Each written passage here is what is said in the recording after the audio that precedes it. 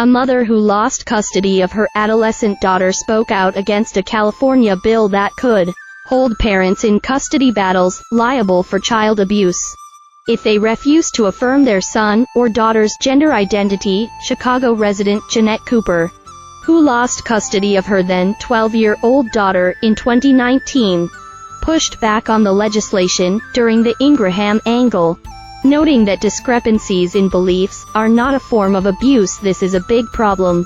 Cooper told Laura Ingraham Monday, "The biggest thing is that it's a complete insult to children who are actually suffering by being beaten by their parents, and suffering because they don't have enough food in their house, or they don't get actual medical attention for physical problems.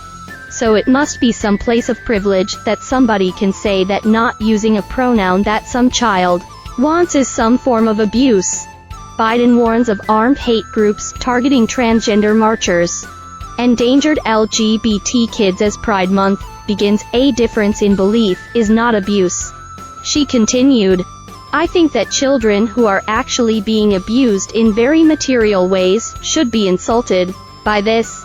Cooper said her daughter, who she shares with her ex-husband, went for a routine visit with her father years ago and never came home. She claimed her daughter wanted to identity as a male with a new name, and even after she affirmed her child with the name and correct pronouns, she said that wasn't enough. Cooper previously told Fox podcast host Ben Dominic that her daughter alleged she was in an unsafe environment, and she ultimately lost custody of her. She said she hasn't seen her since March 2020.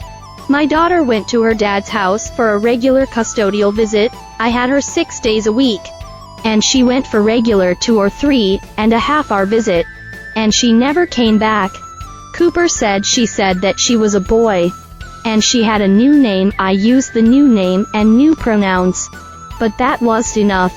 She continued, "It wasn't enough, because I don't believe that anybody is born in the wrong body, and I don't believe in such a thing as gender identity." The California legislation in question, AB 957, passed in the state assembly on May 3, and originally proposed that courts deciding custody cases must consider whether each parent was gender affirming of the child in question. The amendment has added to the state's standard of what constitutes parental responsibility for child welfare, requiring that parents must be affirming of a child's gender identity if they are to be judged fit for providing for the health, safety, and welfare of the child.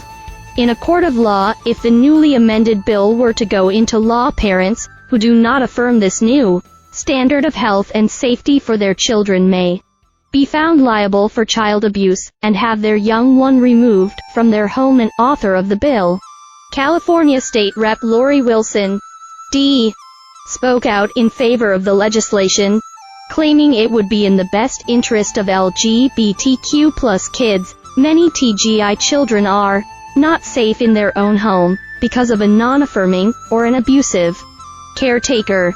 Wilson said during a state assembly, affirming their gender identity is in their best interest. We should be affirming our children in every possible way.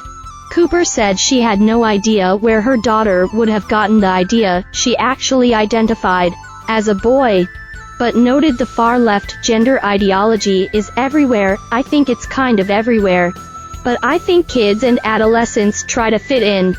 Cooper said they try to do something at school, and when you're 12 years old, you do things, and most of the time, adults kind of allow you a little bit of space, but they give you healthy boundaries.